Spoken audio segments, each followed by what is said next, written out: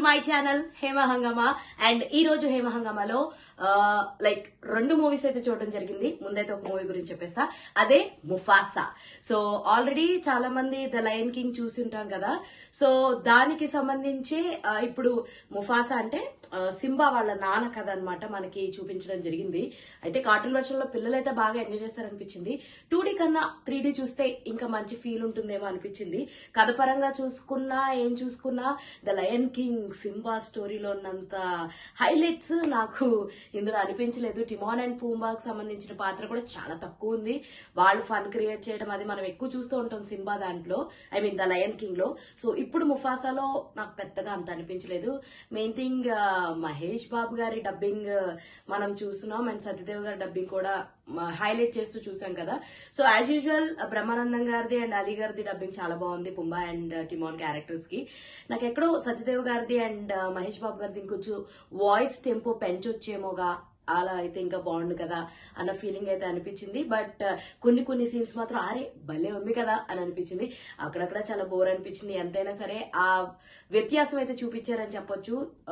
అంటే like English version సినిమాలని తెలుగులోకి మార్చితే హే మ్యాన్ స్టాప్ అంటే అరే ఆగురా బాబు ఆగు నేను వస్తున్నా అన్నట్టుగా.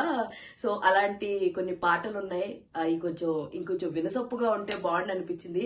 లైక్ సిచ్యువేషన్ ని పాటలో మార్చేసి మనం వాడుక భాషలో మాట్లాడతాం చూడండి. సపోజ్ ఆడు ఎదవా అని మనం తిట్టాలనుకున్నాం, ఆడు ఎదవా నా మాట వినడు ఎంత చెప్పినా ఇంతే. చూసారా నేను పాడుతుంటేనే మీకు వినాలంటే చాలా ఇదిగా ఉంది కదా. సో సేమ్ మీ పాటలు కూడా అలాగే ఉన్నాయన్నమాట. నువ్వు నాకు నమ్మక ద్రోహం చేస్తావని నేను అసలు అనుకోలేదు, మా నాన్న గుర్తుపట్టి నువ్వు ఇలా చేస్తావు అనుకున్నా. చూసారా చాలా బోరింగ్ ఉంది కదా. సో ఈ పాటలు ముఖ్యంగా ముఫాసాలో నాకు హారబుల్ గా అనిపించినాయి అనమాట. సో ఆబ్వియస్లీ 1 టైం వాచ్ అయితే చేయొచ్చు, నాట్ ఏ ఇష్యూ. సో ఒకసారి వెళ్ళి అలా పిల్లలు తీసుకుని వెళ్ళండి, definitely they will enjoy.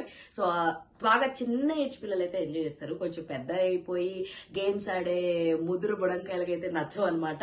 So చిన్న పిల్లలకైతే నచ్చుద్ది. ఏదేమైనా లయన్ కింగ్ చిన్నప్పటి నుంచి మనల్ని బాగా ఎంటర్టైన్ చేస్తూ వచ్చినటువంటి స్టోరీ. సింబా వాళ్ళ నాన్న కథ ఒక్కసారి వెళ్ళి చూడడంలో తప్పేం లేదని నాకు అనిపిస్తుంది. ఇలాంటి ఇంట్రెస్టింగ్ అండ్ మోర్ వీడియోస్ కోసం మీరు ఏం చేయాలి, ప్లీజ్ డూ ఫాలో హేమ హంగామా. వీడియోస్ కోసం హేమకి సబ్స్క్రైబ్ చేసుకోండి